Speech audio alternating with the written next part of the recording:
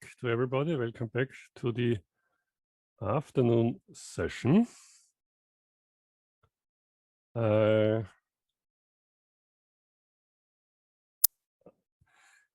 hope you have had a snack and could relax a bit and recharge your batteries. We will need your energy now for some input in the breakout groups. So we will have 3 breakout groups aiming at collecting insights, experiences from you, the audience, and colleagues from all over Europe. And to facilitate this work in the breakout groups, we will have short thematic introductions, 10 minutes each. So to the presenters of the following introductory session, please keep the time. And I will also not introduce the speakers due to time saving. So please, dear speakers, do so on your own. The first introduction into the breakout group 1 and to the first topic, flagship species, will be given by Hildegard Meyer from WWF, Central and Eastern Europe. So please, Hildegard, could you share the screen and join us, please? So, hello everybody. Thank you very much for the invitation. My name is Hildegard Meyer. I'm working at WWF Central and Eastern Europe, which was called formerly the Danube Carpathian Region Program. I am actually working as a project manager, so I'm not a full inside scientist like we had the discussions today in the morning. Very interesting.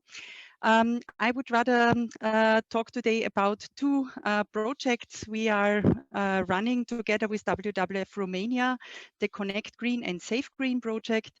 And I would like to highlight the importance of the ecological connectivity in the Carpathians in my speech.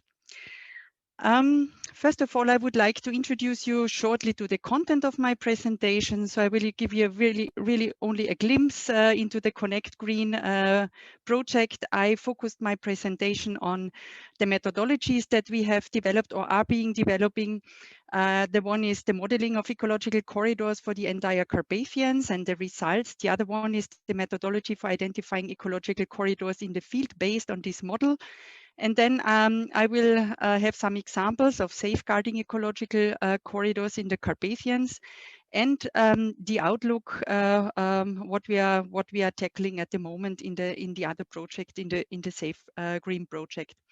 As you might know, Connect Green is also under the Danube Transnational Project, and it's a sister project actually of the Dare to Connect project, also dealing with ecological corridors and connectivity, as this topic really arises to be very important, as you got to know in the morning. So I'm not repeating this.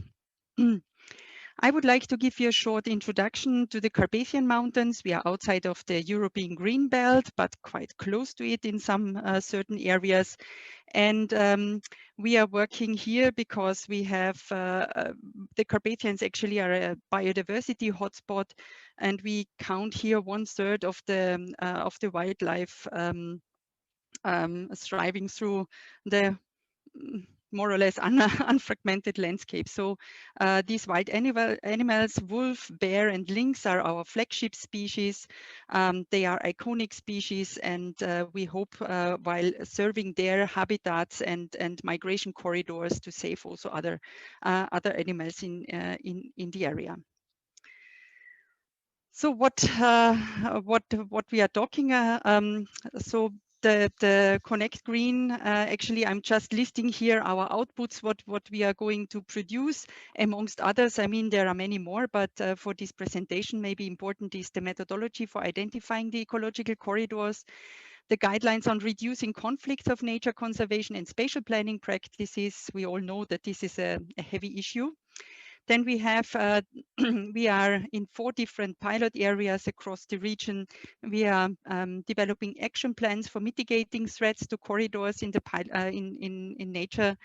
By using an active stakeholder engagement process, we are building capacity for protected area staff. We will have a protected area conference in autumn this year, and we produce an e-learning tool and also have a web platform where you find all the data and all the information about the projects. And then, of course, one very important part where I think this is really something that needs to be tackled to bring ecological connectivity more and more into policy and decision makers levels. And at the end, there are more mountainous areas across Europe, and we would like to transfer our lessons learned and share knowledge with other mountainous areas like the Pyrenees or Dinaric Arc. Good. So I'm coming to the methodology for ecological corridors modeling. They are, I mean, the entire region is actually characterized that there is not a lot of data. Scientific work is very basic. Also, I mean, you might know the regions. It's also a question of money and so on. So we try to really cover all the countries, also from the Czech Republic down to Romania, also including Ukraine, Slovakia, Serbia, Hungary, and there are 7 countries, sorry, and to harmonize and to find a methodology that can be applied in all the countries and are adopted by the parties to the Carpathian Convention. It causes a lot of discussions, a lot of engagement of stakeholders, and a lot of thinking what could be the easiest way to provide such a methodology. The methodology actually, or the modeling of this ecological connectivity across the Carpathians is actually a data-driven methodology, although data are constantly coming in and we are updating the model. Then it was built on the habitat suitability modeling according to Maxent. And then according to experts' input, the definition of core areas and stepping stones have been done. And a circuit theory modeling the habitat connectivity was applied, and the identification of migration corridors for these 3 flagship species was done by the least cost path approach with a linkage mapper. And of course, in the end, we had, or also during the process, we had a lot of experts discussions and feedbacks by them that went into the model. Of course, you know, the model cannot be like the reality, but at least it gives us a hint where to look at and where the critical areas are. So here you can see the result for the Carpathians. In red, you can see the pilot areas. They are the polygons of the pilot areas. So we had one on the border of Czech Republic, Slovakia, Beskidi, Kysuce, a pilot area. One we had in south Slovakia and Hungary, and a very huge one between from the Apusén Mountains in Romania down to the Iron Gates in Serbia, and a more little one between the Piatra Craiului National Park and the Bucegi Mountains. And here you can, this is the overview, and you find the link there where you can see it. And then if we scroll in, or we zoom in, you can see how detailed this map is being done. So there were some definitions for the badges of suitable habitats for migration zones and critical zones, and you can find it there. And this is the basis actually for working in the pilot areas where the experts adapted and modified and verified the model through field monitoring of species and for the occurrence of animals and fauna mortality.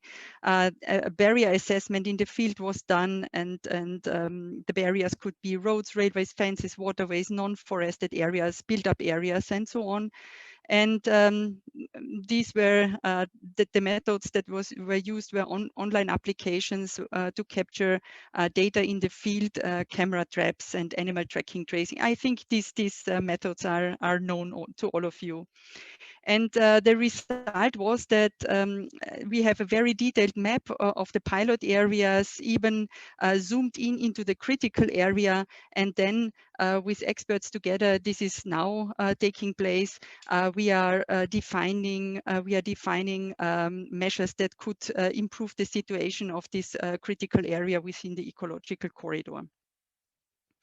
And the measures especially proposed for this pilot site, I'm showing here the pilot site of the Beskidi Kysuce. This is a part. This is one part of the critical area I've shown you in the map before. And for this area, we proposed to set road signs for speed limits and some visual deterrents for wildlife to avoid mortality on roads.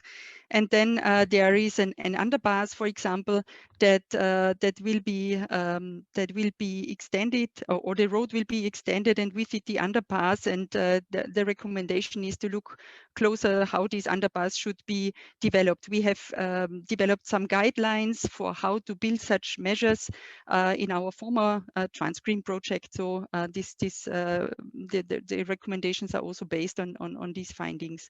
And then for these non-forested areas, some planting of shrubs and trees were suggested. This is just a glimpse of what we are doing. And now I'm coming to some of the successful examples here. I'm referring mainly to Transgreen because the project has been was finalized in 2019, and since then we can see what has been implemented. So we also developed a map, but only to areas that are close to linear transport infrastructure, these plans or these critical areas we defined there became an integral part of the defragmentation program in the Czech Republic. Or a big advantage is now that we have scientific-based knowledge about the situation of flagship species in the Eastern Carpathians in Romania, where there is an ongoing environmental impact assessment, and we really have arguments for finding mitigation measures or finding some avoidance for the route that is being planned at the moment. And then I give you a short outlook. So we have started 1 year ago with the so-called Safe Green project. It's called Safeguarding the Functionality of Transnational Important Ecological Corridors in the Danube Basin. And here we are about to we found out during the implementation of Transgreen and Connect Green that monitoring is a really very important part to learn from what is going on in nature, to conclude which measures work better, which measures do not work so good. So to really have a learning effect, we need to focus also on monitoring, and it's not obligatory to monitor connectivity. So we are at the moment, together with the Environment Agency in Austria, developing a methodology for structural and functional connectivity. And hopefully in 1 year's time, I can tell you more about this. We are fully engaged in setting this methodology up. Good. This was it in a nutshell. I'm happy to talk to you during the breakout groups, and here you can find our contacts from my colleagues. And yeah, thank you very much for your attention.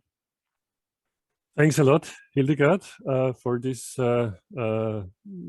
different perspective on corridors, from the perspective of focal or iconic species. Those who are interested in that topic and helping us to establish linkages between these different perspectives are invited to join the breakout group. This group will be moderated by Lukas Ende from the Austrian League of Nature Conservation, and Karin Kober will be the rapporteur, and Hildegard will also be present there to possibly also give some more details. The second introduction now is given by Stefan Fuchs. You know him already. He's giving a short introduction in the topic about data and knowledge base in ecological corridor mapping and planning and implementation. So please, Stefan, the screen is yours. Thank you very much, Thomas. And the screen is shared, I guess. Yes, it is. Yeah, so let me give you a short glimpse of data sources and possible problems linked to them. As you can see, the central theme of the project presented so far is to preserve and strengthen the habitat network along and aside the European Green Belt. In this task, the efficiency is key because there are limited resources, as so often in research projects. There are many sites with need of protection, for example, species or habitats of the Flora and Fauna Habitat Directive, and even more sites with the need of action in general, like the intensively used agricultural land.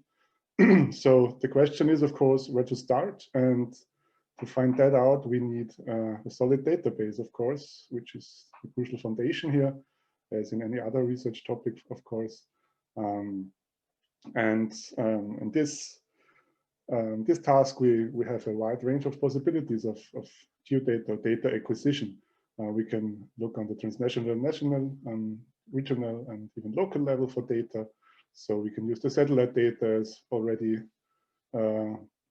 presented today in several programs that were ongoing now, or orthophotos. So you can use land use data like digital cadastres, forestry on the national level, for example.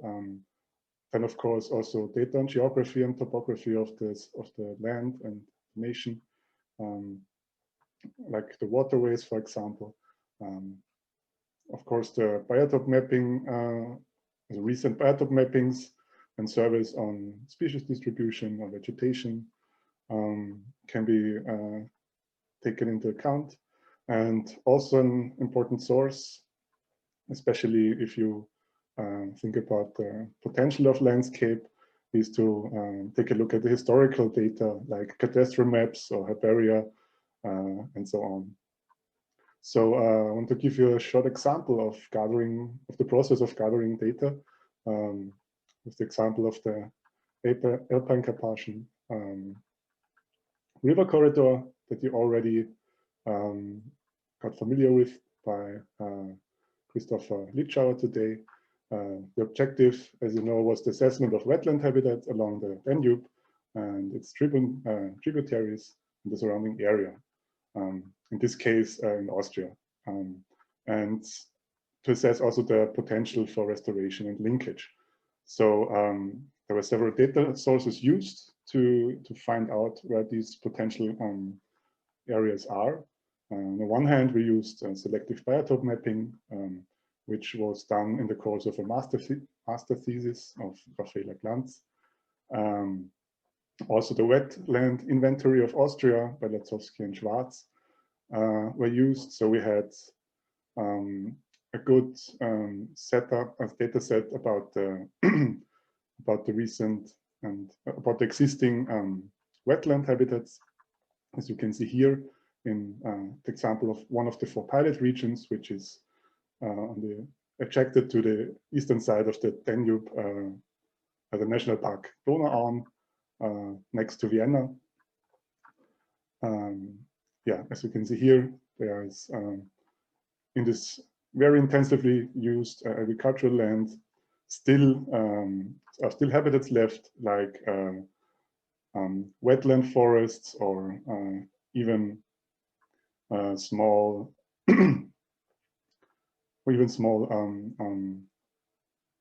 residual forests in the attracted agricultural land, which are a valuable basis for this approach. Furthermore, we used the so-called EBOT map, which is an electronically map of soil types and different soil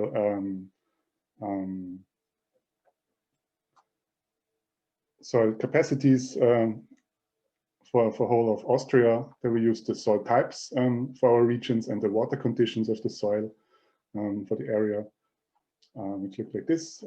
There you could see where those soils are with a higher potential for restoration of wetland habitats, and where the ones that are not so feasible for this project. Yeah, on the other hand, as I said, there were the moisture or the water conditions of the soil, which you can see here as well. And last but not least, we used historical land cover data or land use data, to be precise, namely the Franciscan cadaster from the second half of the 19th century.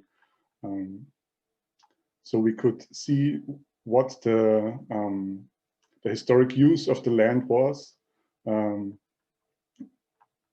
and so we could point out those areas that were used as meadows or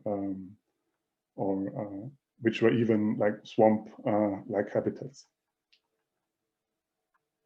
After that, we evaluated this information and aggregated the data, and the product of it was a map with the potential of connectivity of the landscape, where that shows us the areas where measures to restore these wetland habitats are the most feasible. Another topic I want to give a short glimpse of is citizen science. This approach has become more and more useful in the past couple of years, or in the past 2 decades. So because it's a good tool to combine ecological research and environmental education and the observation of natural history. This gets much more easier due to the technological developments of the last years, like smartphones and GIS-based web apps, simple user interfaces, and so on. And for example, the app iNaturalist is a good example of the citizen science approach, where the public gets involved to generate valuable data. And in the case of the iNaturalist app, these findings of the public gets validated by experts. So also the quality of the data can be ensured in this way. So with this approach, several analyses had been possible, for example, in the fields of phenology, landscape ecology, macroecology, and also in terms of species, for example, distribution of species, the population dynamics, and invasive species impact. Of course, having such a broad palette of data sources, there are also quite a broad palette of problems and challenges that can occur. So one of the issues could be the accessibility. There could be boundaries set by costs of data or permissions to get these data, or simply a language barrier, which makes it difficult to use data sets or reports and so on, or simply just the lack of data for some regions or for some information. The comprehensiveness can be an issue. The keyword here is the dimension versus detail. You can have large-scale data like the Korean land cover data that is great for a large comprehensive view of the landscape, but it does not provide enough information for the very local level. On the other hand, you can have very local data, for example, presence-absence data of species, or very punctual vegetation surveys that might not reveal the bigger picture or the whole aspect of the topic. Another one is data quantities, like, for example, the Sentinel data there are huge file sizes that set boundaries to the usability of this data, because on the one hand, this data is free and open, which is very good, of course, and provides valuable information, but also there are very large raster files that need proportionate computing capacities and thus the costs, which is also limiting the survey areas, which was also the reason we limited this approach on 4 of our pilot regions and not the entire Greenbelt. Another point could be the data quality, of course. The differences, reasons for that could be differences in the methodology in data acquisition, like country-specific nomenclature of plant communities, or old data, or outdated with outdated taxonomy, like historic records, and so on. All these issues cause the laborious task of checking and synchronizing and merging those data sets, which partly could be avoided with good data management to avoid this missing, unstructured, or inconsistent data sets.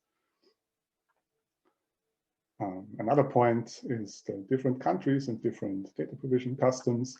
An example of already presented Magic Landscapes project by Chris Mars before. As you already know, there we wanted to assess the GI of Central Europe and provide strategies and action plans to enhance the GI by sustainable land use. So, as you know, the Greenland data cover was great for the transnational scale, but the question here was how to get to the regional scale. And the answer, which is already no surprise because you heard it, is the compilation of various regional geodata sources, such as the digital cadasters or agricultural plots and so on. So we had for our 9 project case study areas all kind of different data sources which were not matching in between the different sites, but in the end we managed to get a solid regional database for each of the case study areas that could be worked with. Yeah, and that's it with this little input. Let's talk then in the discussion about your experience and possible solutions for these challenges. Yeah, thanks, Stefan. It's an important issue. And this is also indicated that the discussion has already started in the chat. So all people interested and who have the feeling that can contribute to some solutions are invited for participating in this second breakout group that is moderated by Gebhard Banker from Environmental Agency Austria, and his colleague Helmut Kudranowski will act as a rapporteur. The third introduction is dedicated to the applications. We have seen a lot of, so yeah, let me put it this way, more or less scientific driven or data driven and top-down approaches. So now we may be curious how this works in application cases, and I give the floor or the screen now to Tobias Windmeiser from BUND in Bavaria. He has done some studies on, or at least one study in this respect. So please, Tobias, the screen is yours. Hello together. My name is Tobias Windmeiser. I work at the BUND Department Green Belt as project manager for a project in the Inner Bavarian Forest I'll now present you. I'm a biologist and my focus is on nature conservation and ecology. I will now share the screen and get directly into the issue. In the main session, you have seen how connectivity indicators were derived from satellite data. Now I have the pleasure to show you how these data fit to the project Cross-Linking Green Belt. Excuse me, Tobias, the screen sharing didn't start. Did not start. I will now show you how these data fit to the project cross-linking green. To use the data for regional scale. The project Cross-Linking Green Belt is coordinated and realized by the Department Green Belt of the BUND, together with partners and project managers in each of the 4 linking up areas at the German Green Belt and with the Inner Bavarian Forest, also at the European Green Belt. You can see at the right-hand side the 10 municipalities that belong to this linking up area. The main objectives here are the conservation, the optimization, and the restoration of parts of the cultural landscape. Therefore, the main measures are felling, especially of spruce, and the conversion of fallows into species-rich meadows and pastures. We try to optimize habitat connectivity along the green belt and direct it towards green belt. Here you can see 2 corridors which are directed towards green belt, and our areas of action, here shown in purple, here and here, lie directly in these corridors. There is another example of areas nearby the boundary to Czech Republic. At the beginning of our project, we did not know about the position of the corridors that are calculated from satellite data. But from field knowledge and available data and expertise, we selected these areas of action that now fit very good to the corridors derived from satellite data. So we have a validation of our current habitat connectivity measures. Let's now have a look at the tree boundary region between Czech Republic, Austria, and Germany. Here, corridors for open landscape connectivity lie parallel to the green belt. So habitat connectivity measures for meadows, for example, should be focused in this region. If we look a little bit closer and add data like flora, fauna, habitat areas or biotope mapping, we can define a search space for areas of action at the regional level. So especially in this space, we should optimize meadows or fallows and even woodlands, respective their habitat connectivity qualities.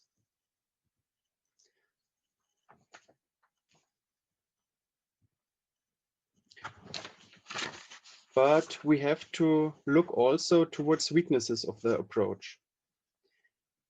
This core area, shown in blue, is near Heidmühle, and this should be, according to the corridors that were calculated, should be connected in the shortest way with open landscape that is surrounding. But as this region is densely grown by woodlands, this seems not to be very practicable. Though there's a nearby flora fauna habitat area in this valley, and biotope mapping indicates that there are existing or at least ancient open habitats. So in this case, you should displace the corridor towards a more promising position, even if the route is a little bit longer. Another example is Maut-Finsterau, where the calculated corridor makes us believe that there is a definite line for habitat connectivity, but biotope mapping indicates that there's a very broad corridor of habitats.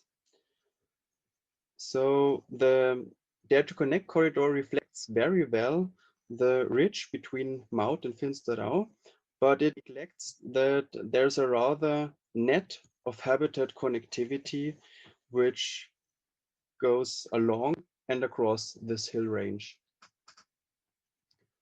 So all in all, we have an important and helpful tool for nature conservation, especially by the combination of points, the core areas, and lines as corridors, and indicator of deficits, but they also give us solution. They preserve a search space for areas of action, respective habitat connectivity. And I'm looking forward to get the grid data as a current and objective indicator for our habitat connectivity measures. Sometimes we can optimize this approach by adaptation of corridors if there's, for example, expert indication. And in some cases, a deduction of polygon shapes for broader corridors could also be helpful, combining satellite data and biotope mapping as indicator of existing and ancient biotopes. To get a completely convenient tool that supports us in the practical work for nature conservation and our landscape and species, so that pictures like that can be seen more often in the future. Thank you. Yeah, thank you, Tobias. I guess it was a very good example now where the problem is, but also that the gap between top-down and bottom-up projects are getting smaller and smaller, and this is what we wanted to achieve with our projects, Dare to Connect and Magic Landscapes. Thank you all for these introductions. The third group about the application demands and challenges will be moderated by Martin Kuber from BUND and Melanie Kreutz, also from MUND. She will be the rapporteuse. So I close now this introduction session. We will have a short coffee break now until 14 o'clock. So please use this opportunity not only to go to the toilet, but also to make up your mind in which breakout group you want to assemble. Please come back again and join one of the three interesting breakout groups. See you at 2 o'clock.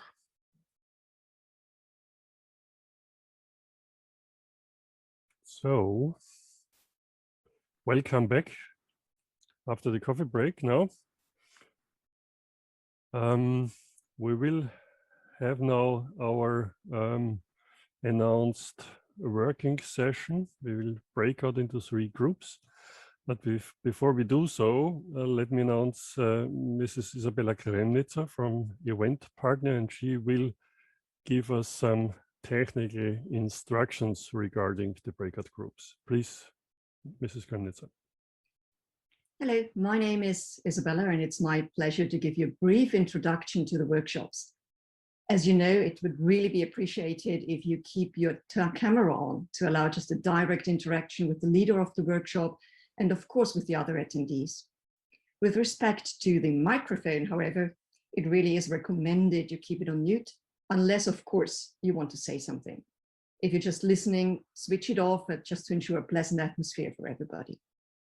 You probably already know that on the upper right corner, you can choose whether you'd prefer the speaker's view or the gallery view. How do you get to the breakout rooms? Well, that's relatively easy. It's actually very easy. In a minute, you will see on the bottom of your screen, you will see the word breakout rooms pop up. Just click the workshop you'd like to attend.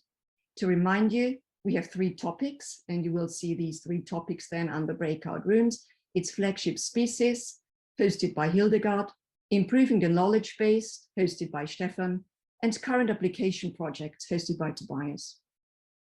A brief note, you may leave the breakout rooms anytime you wish to do so. This will take you back to the main session. I will be waiting here in the main session and assist you if you'd like to join an alternative workshop. If you find out that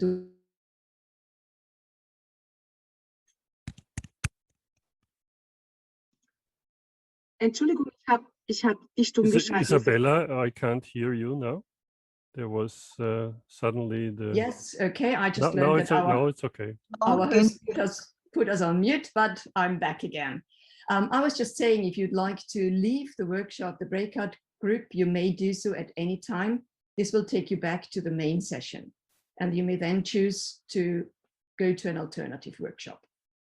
You may also do so if your workshop, for example, is very, very crowded, then you may decide to maybe have a look at another one. Maybe there are less people there. So remember just to be active and then to be back at 3:10 for the summary of the breakout outcomes. We will send you a brief alert when the time is over. So it's now time to choose the breakout rooms. I will open all breakout sessions now. So you see on the bottom of your screen, you see breakout rooms pop up. Just click that, and then you can choose the workshop you would like to attend. Just click on the workshop you want to join, and then right to it you find join, participate, or teilnehmen. Yes, okay. Everybody back again in the plenary, hopefully. If so, yes, I want to welcome you back. And our plan is now that we hear from the 3 rapporteuses from the breakout groups, what has been discussed there. And I just start with the first group who discussed about flagship species, and according to my notes, Karin Kowal is the rapporteur. Please, Karin, the floor is yours. Okay, shall I share my screen or just talk about it? As you like. I mean, have you put it down in this PowerPoint? I have put it down in the PowerPoint, of course. You can then share the screen, please. Okay. So, do you see it? Do you see my screen? Yes, but not the presentation mode. Okay, so I just have to, moment please.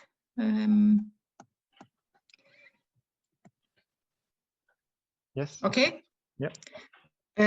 Well, so our topic was flagship species, and we had some different questions that were discussed. The first one was, what are successful examples following the approach Hildegard mentioned in the beginning? And first, Hildegard told us a little bit more about the projects in the Carpathian areas, and said that, well, in the Carpathians, it's really important to safeguard the still existing corridors instead of letting them destroy and later on reinstall them. So we have a different situation than in Western countries, where we mainly have to establish corridors and not safeguard them. In her projects, main successes was achieved by combining science practitioners and politics, and raising awareness by showing importance of ecosystems for resilience, preserving climate and animals. We discussed that especially along for transportation, which is a main impact on habitat connectivity, there have to be guidelines for mitigation measures so that the main corridors can be preserved. And it's important in the Carpathians, because in the Carpathians up to now we still have weak structure which will be empowered. So effective measures have to be taken to prevent the corridors, the existing. And the guidelines were uptaken by IENE. Action plans were made, and they were and measures were integrated into international action plans of protocol of biodiversity implementation. And some cheaper measures could be implemented during the project of Hildegard at WWF. Second question was, what makes a good corridor with positive effect on different species? And Petko mentioned that the green belt is characterized by very different types of habitats. So there is not one resolution for all the green belt. And we ought to look not only on large carnivores in the green, we ought to take into view the green belt in a wider sense, not only in the narrow green belt. And Hildegard said that, well, we have to discuss habitat connectivity as a whole, and what we need is complex mosaic systems in agriculture, but in forestry as well. And we ought to focus also on common species like red deer, amphibians, and plants in the connectivity schemes. Another question was tensions and conflicts with landowners and communities by the protection of predatory species. Well, it was mentioned that the problem is that animals are coming closer, wild animals, because heavy habitats are getting smaller, and so different problems are resulting. For example, bears emptying dustbins and entering hotels in Brasov, and well, or the news in Greenbelt region, which was fought by hunters, or a bear crossing Slovakia and getting trapped at the new wall against refugees. And well, there are several conflicts, also the conflict which is in very highly discussed in Germany, whether the wolf returning is a danger for shepherds. And well, we discussed that not the wolf is the problem, but the agricultural policy. So, and Petko laid the focus on that key point for re-establishing these animals is the acceptance of local stakeholders. And so we have to find a solution to get them into the boat. Well, and we're coming to the last question, which is flagship or umbrella species.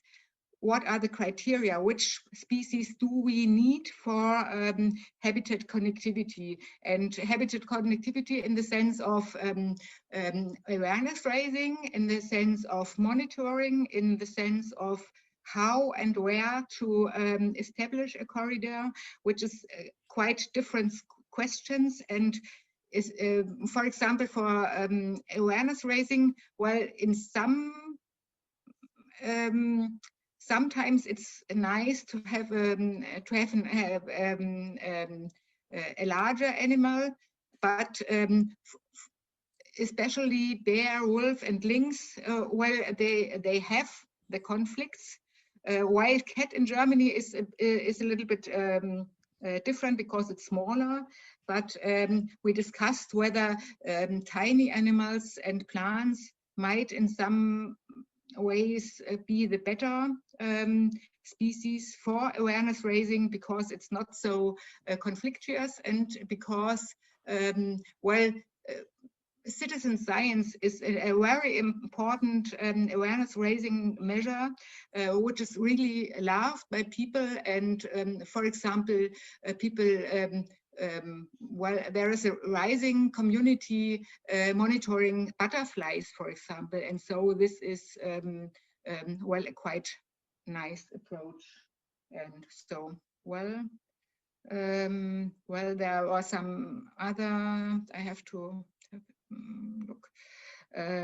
Well, umbrella species, for example, ought to be chosen by the habitat type we want to establish. It might be nice to select more than one species for a specific habitat type.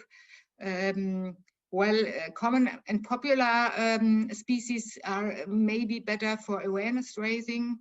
We ought to could talk about large carnivores as controllers of ecosystems, for example. Well, well, we talked about whether a red deer is a quite important art for reconnecting habitat patches because of its my English is leaving me. Well, but it's not so important.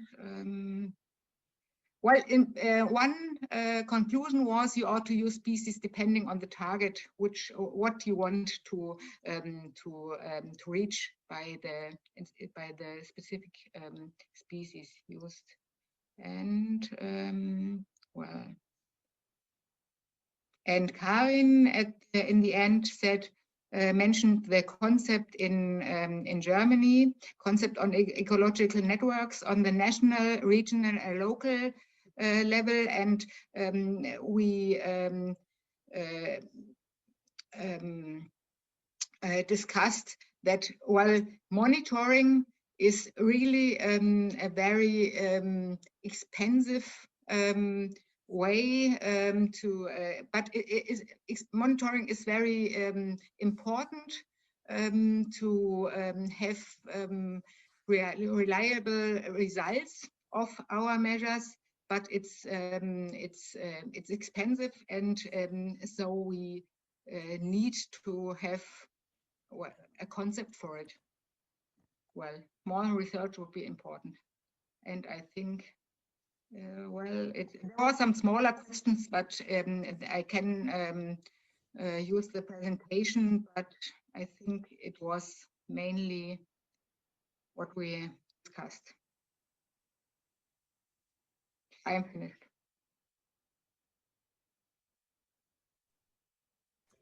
Yeah, thanks, Karin. When there is no additions from group members, I want to proceed to the rapporteur from the second breakout group. So the floor is now given to Helmut Kodranowski from. Can you, hi to everyone. Can you see my yes, we do. Presentation? Yeah, thank you. Okay, let's, but I can't move on.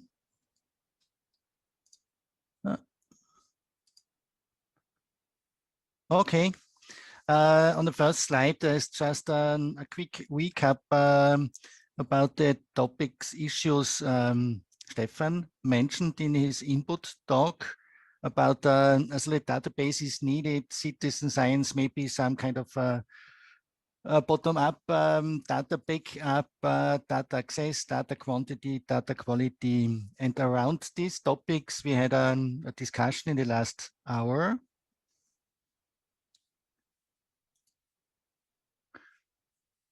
Okay, if you're doing analysis of a larger region, you have the European-wide data, but you have also data from different countries, and these data are often based upon different methodologies and scales, and that's always a big question, and there's a lot of effort necessary to find methods to overlay, intersect, and analyze these data sets of different scales and methodologies.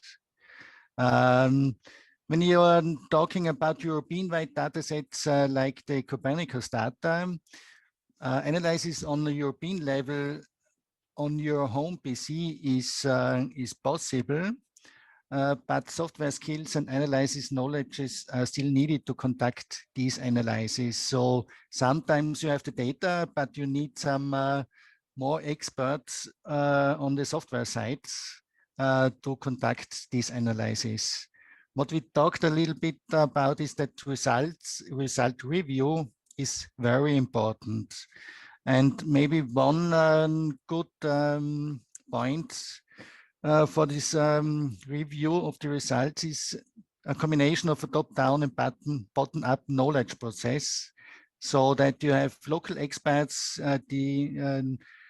The local experts will review the results from the top-down processes, and so it's an interactive, interlinked process to improve the results. Okay, we discussed a little bit about the multi-scale issues. So it would be really cool if we have the global connectivity scale and then view on this connectivity, and then you can zoom in, but not always all the data is available that you can zoom in over all levels. We had a colleague from Kosovo, and we identified a real need for capacity building and knowledge transfer for data collecting and data structuring, because there is no data available in countries like Kosovo, and there's really a big need for this capacity building. If you're talking about the results, maybe we discuss a little bit, is there a tool or app where the findings of the analysis can be translated to the broader public? So it's still open because we didn't find a good answer. One question is of the missing data, because sometimes they tell more about the things, the missing data, more about the reality than the available data. So maybe it would be good to have to fill up some kind of list of missing data. And what we identified and talked about is that some kind of metadata repository or platform, especially for transboundary projects would be very, very important. Okay, this was from my side. Maybe Gebhard has something to add. Yeah, so especially when you mentioned, or when we discussed this missing data, so Christian mentioned, okay, they are telling a story of its own, and sometimes we should really be very careful not to fall in this trap that we measure those things that are easy to measure, like, I don't know, remote sensing is quite easy, but are they really meaningful? And so we discussed a bit this, what Hildegard mentioned in her talk, this bridging the structural connectivity to the functional connectivity. Whatever we model it, it's structural connectivity, and we don't know yet if this really works out in nature. So we have to be very careful to amend our data with those that are really meaningful, and not only measure those things that are easy to measure. But just to get it right now, I mean, this missing data, do you mean data about some things, some species, for instance, that are not there? So, you know, presence, absence, the importance of not being there is a very important rule in ecology. Or do you simply mean that there are no data available and no data existing? So I didn't get it right. Christoph, maybe you can step in because you had your main vision on this. It's both, actually. It's really depending on what you're looking at. If you're looking apart from species, on data on rivers, for example, it tells an own story when there is really data missing. You have I don't know the ecological status, but you're missing the morphology. It just tells half the story, more or less, you know. And I think this is a picture that sometimes we tend to forget. It's just a white patch on the map, more or less, or on the analysis, which could be used to focus further research efforts to fill those gaps. So I think this is sometimes it's very important, yes, to know which data we have, but which data do we miss actually, be it species, data on I don't know, morphology, on whatever it is, you know, and I think that's the mixture of both. Okay, thank you. Now I got it right. Yeah, thank you for the report of discussion in group 2. Let's move on now to the breakout group number 3, and they had the task to discuss about the challenges in application. So may I ask Melanie Kreitz from BUND to report what they have found.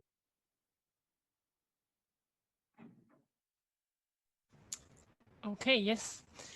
So coming from this presentation Tobias gave us of this concrete implementation project based on yes, combined with the data from the Dare to Connect project, we were discussing about these current application projects and the current experiences in connecting habitats, landscapes, and protected areas along the European Greenbelt.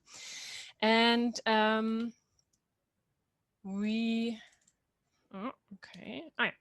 okay, and we were discussing about yes, how to implement this green belt. So how to transfer also the scientific data into concrete plans and activities to improve transboundary and transnational ecological corridors and networks. And we were discussing about best practices, if they are already there. And we found many of best practices in cooperation along the European Green Belt. So many colleagues reported that there were projects and cooperations across borders to support ecological connectivity, but it was obvious that there are also some obstacles and problems, because these already existing good examples are mostly implemented in projects, so in funded projects which are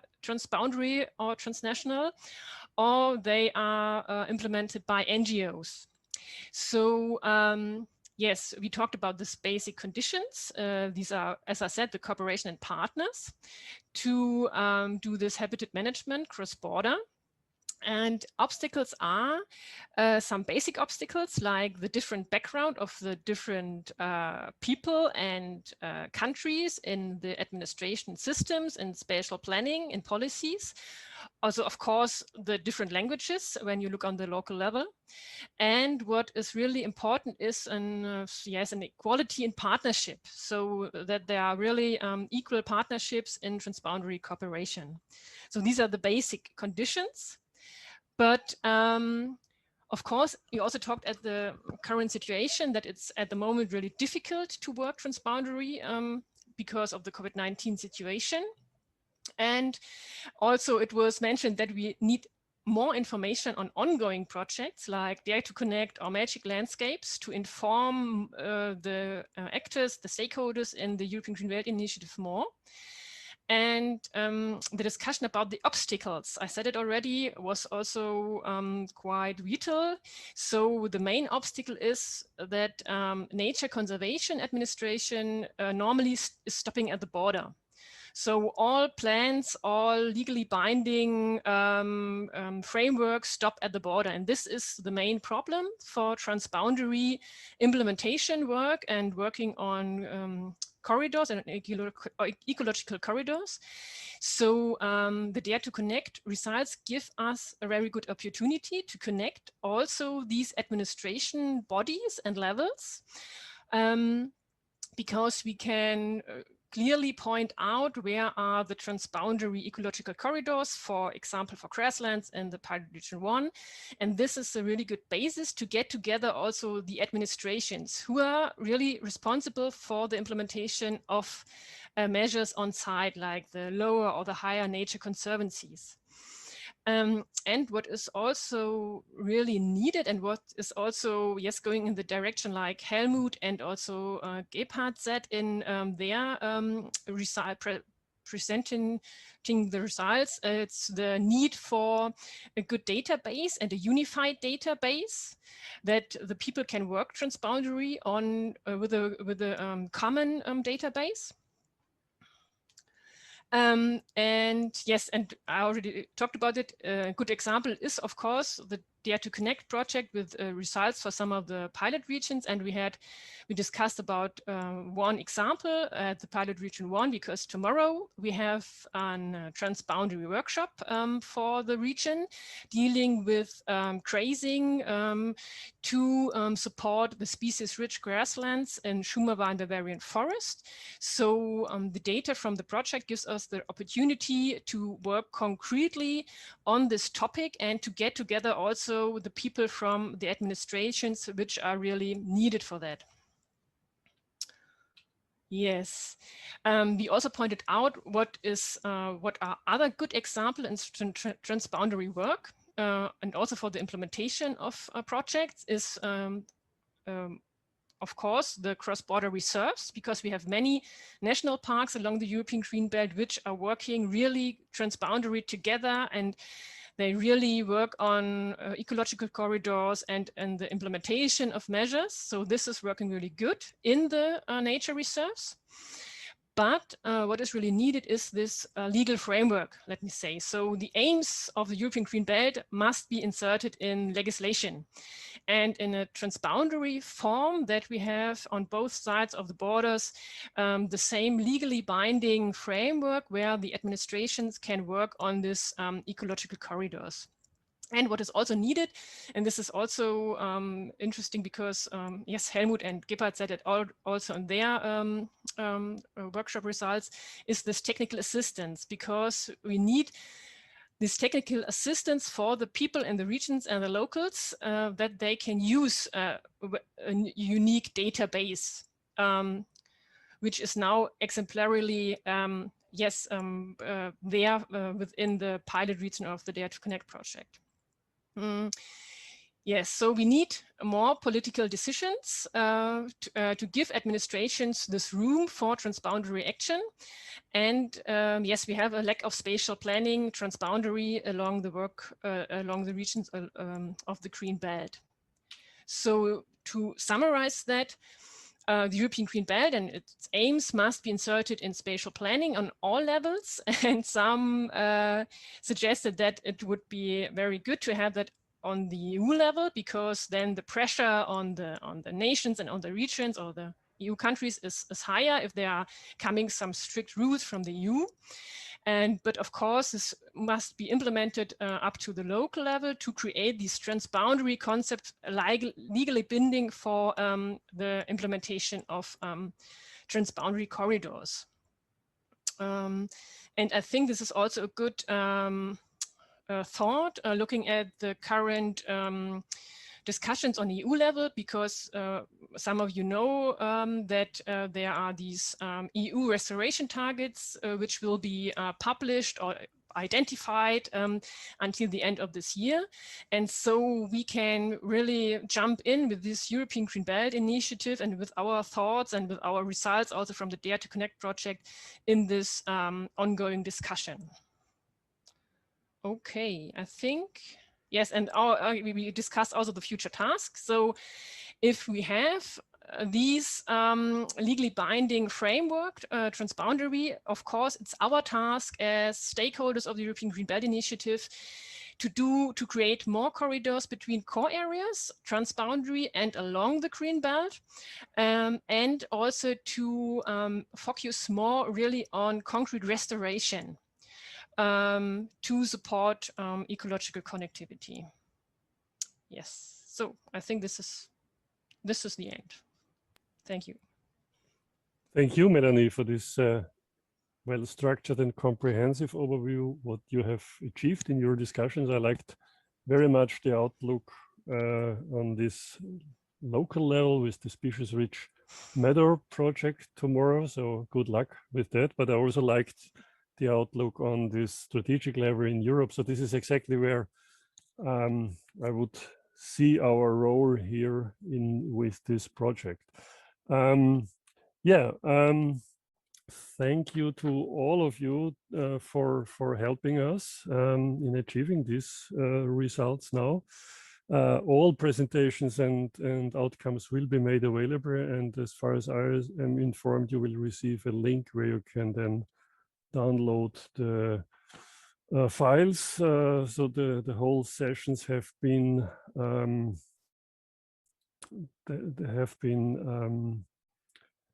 stored and recorded and will be stored for a couple of days. There is one remark from, as we still have a sort of final discussion, there was one remark from Christopher Mars about the cap changes. I will not open this box now because we would sit then for another 2 hours, but okay, that's clear that we will try also to influence other policy fields, not only the restoration playground. Yeah, again, thank you to all moderators, to our rapporteurs, to our presenters for these vivid and very informative presentations, especially to the organization team. I really thanks for your support, for the technical support, to event partner, for the colleagues and friends in BUND, the EGP office. It was a very nice cooperation in not only the project, but also preparing this conference. And a special thanks goes to Stefan Fuchs, who had the burden of organizing it, or I was just the speaker today, but he made it possible. So thank you very much, Stefan, and yeah. Thank you, Thomas. Good, then I hope we will see us again in maybe nicer circumstances after the COVID crisis. So we are all longing for personal encounters now, but nevertheless, I guess it was a fruitful meeting today. We made the best out of it, and I guess at least from my point of view, I learned a lot today. Thank you. Bye.